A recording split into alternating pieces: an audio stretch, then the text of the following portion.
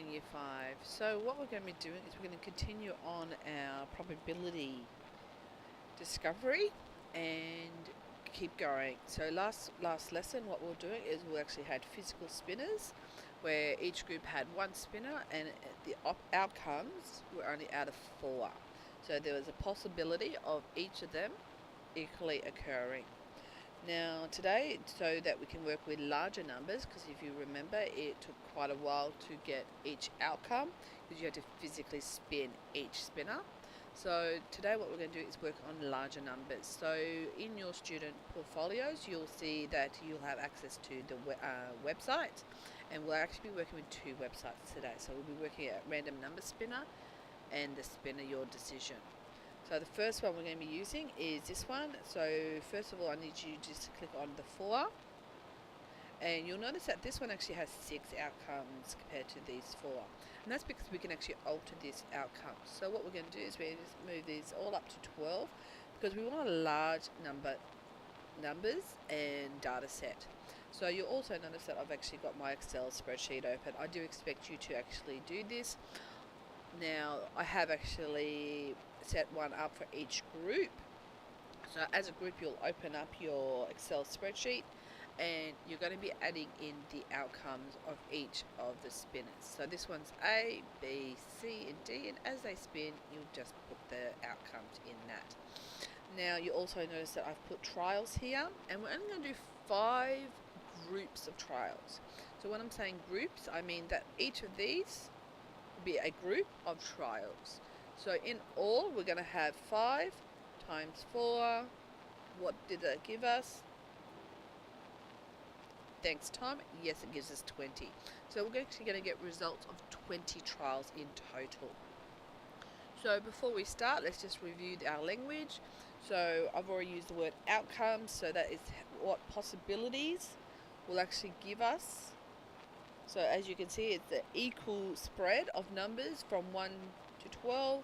So equally, they should have all equal chance of being spun. Now, how many numbers are greater than 6 that could be possibly an outcome? Okay, so let's think about that. So we have 12 outcomes, because I said it's 1 to 12, not including 0.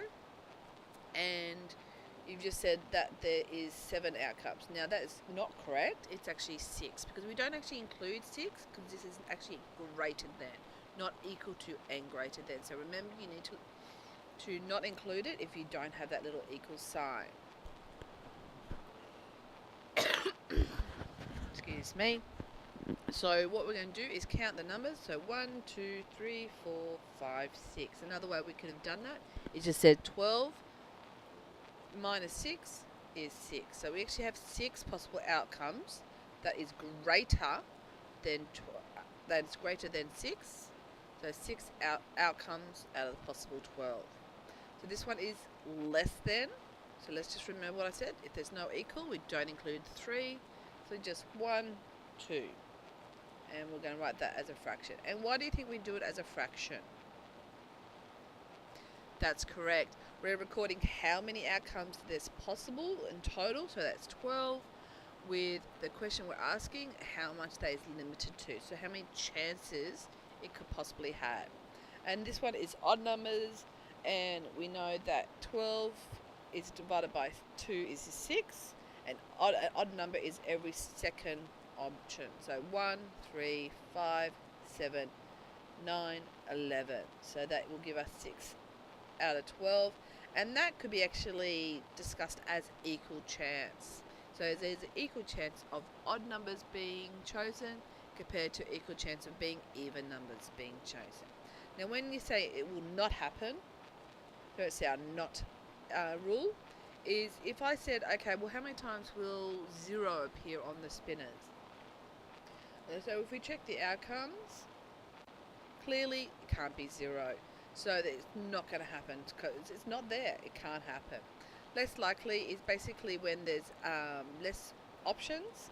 So in particular, if we had only 1 1, but say 4 2s, 4 3s, and the remaining 4s, then the least likely option would be 1. where equal chance as like the odd number compared to even numbers, the equal spread of outcomes.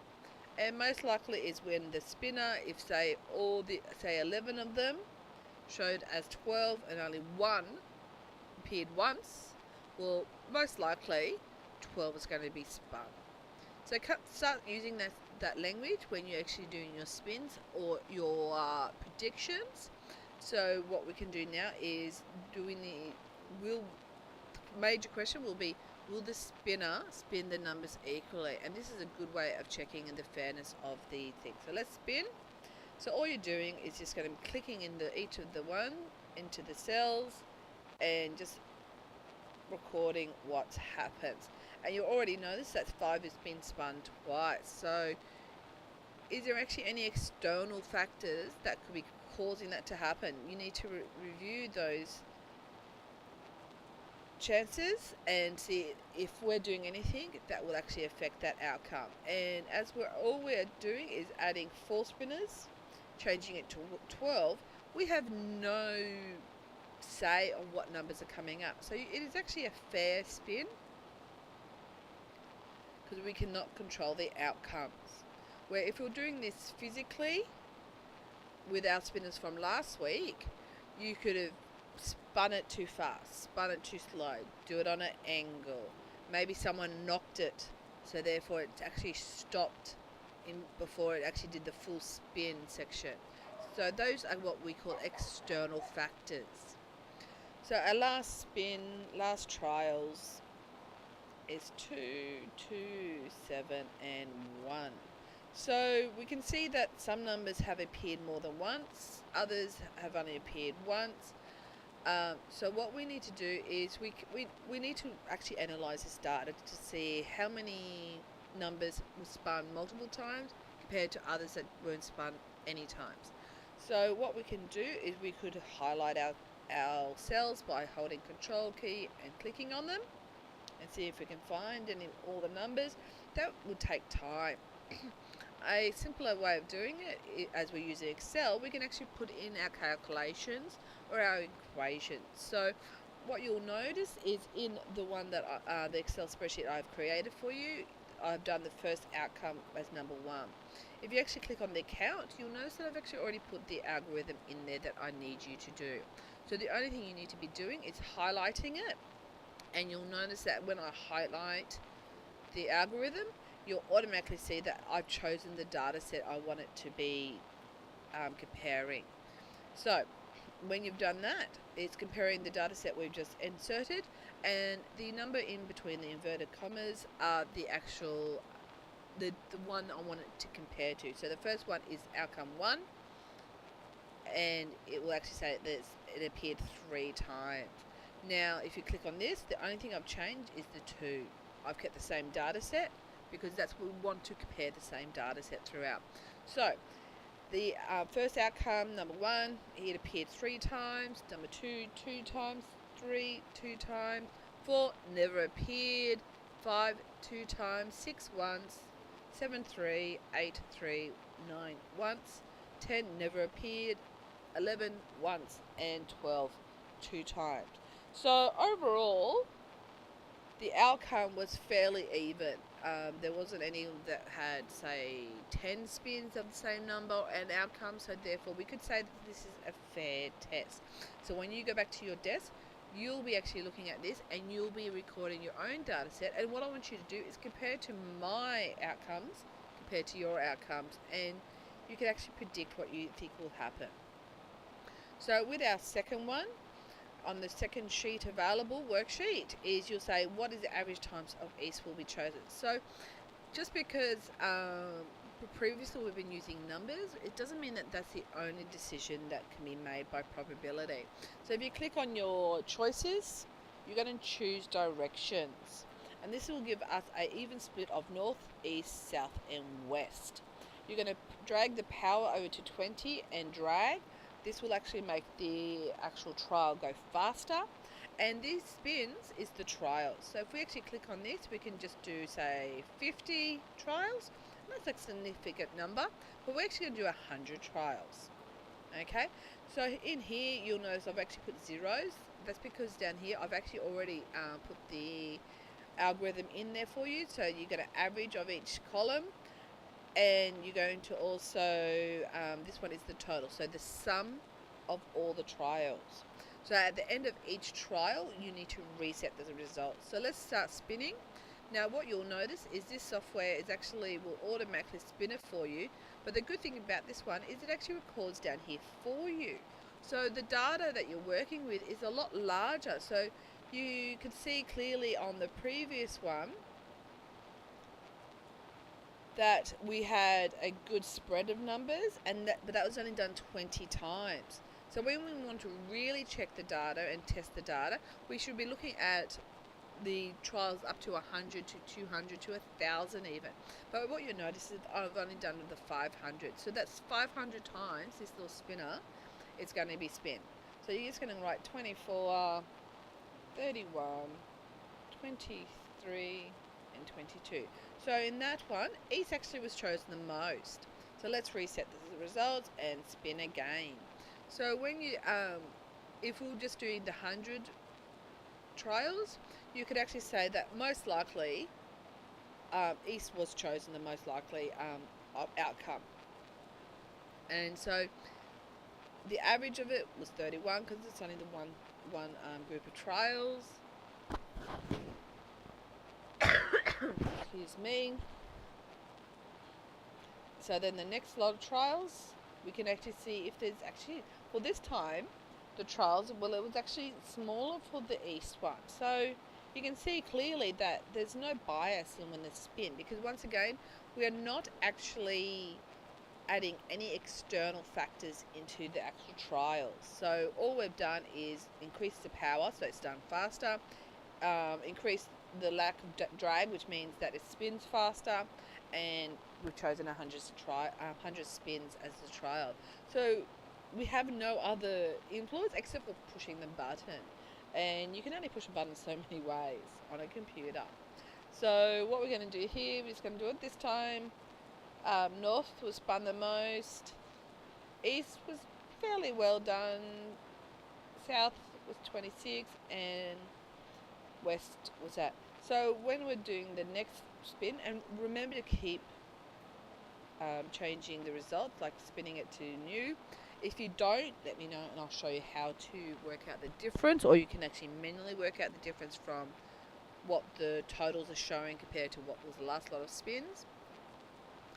Is you'll actually see that it's averaging, which means the collection of data, so out of those three numbers at the moment, the average is 26. It's appeared 26 times. So 26 outcomes has landed on North.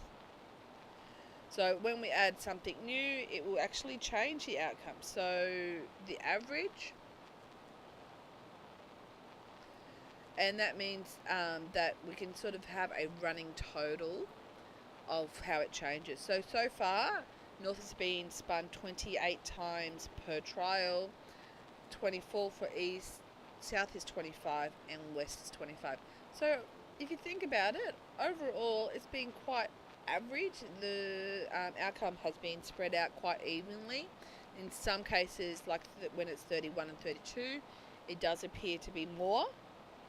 But as you can see, as the more times we increase in the numbers, the more trials we increase, it actually sort of evens out. And that's what you expect for a fair trial. So this was our last test. And let's look at these numbers. So the total times North was chosen over the 500 spins was 135. East was 119. The South was 122 and West was 124. So it was actually a very even spread of outcomes. Clearly, North was chosen more often, but if you did a further 500 trials, would that change? That's what you need to predict. Would East all of a sudden get more information, like more choices being chosen? We don't know. But overall, as these are all with only 1 to 2 numbers difference, So the lowest was 24 and the highest was 23. So there's only a difference of 3 spins. You can actually say it's a very fair trial. Now try to imagine you spinning a 4-wheel spinner 500 times. It wouldn't be productive. So what I want you now to do is in your particular spreadsheets in your groups is you're going to open the 2 spinners and you're going to do the trials, and then you can compare your data to my data. Now you need to make sure that you are saving, so you click up here to make sure that you save your spreadsheet, because in the next lesson we're going to then actually show how we can show the data in an effective way, so that using visual charts, so either a column graph or a pie chart depending on the data set, we can see clearly that if it's been fair or what are the outcomes are. Okay, so if you can go back to your desk, start up your laptops and start on. You'll only have 15 minutes to have this sorted. Thank you.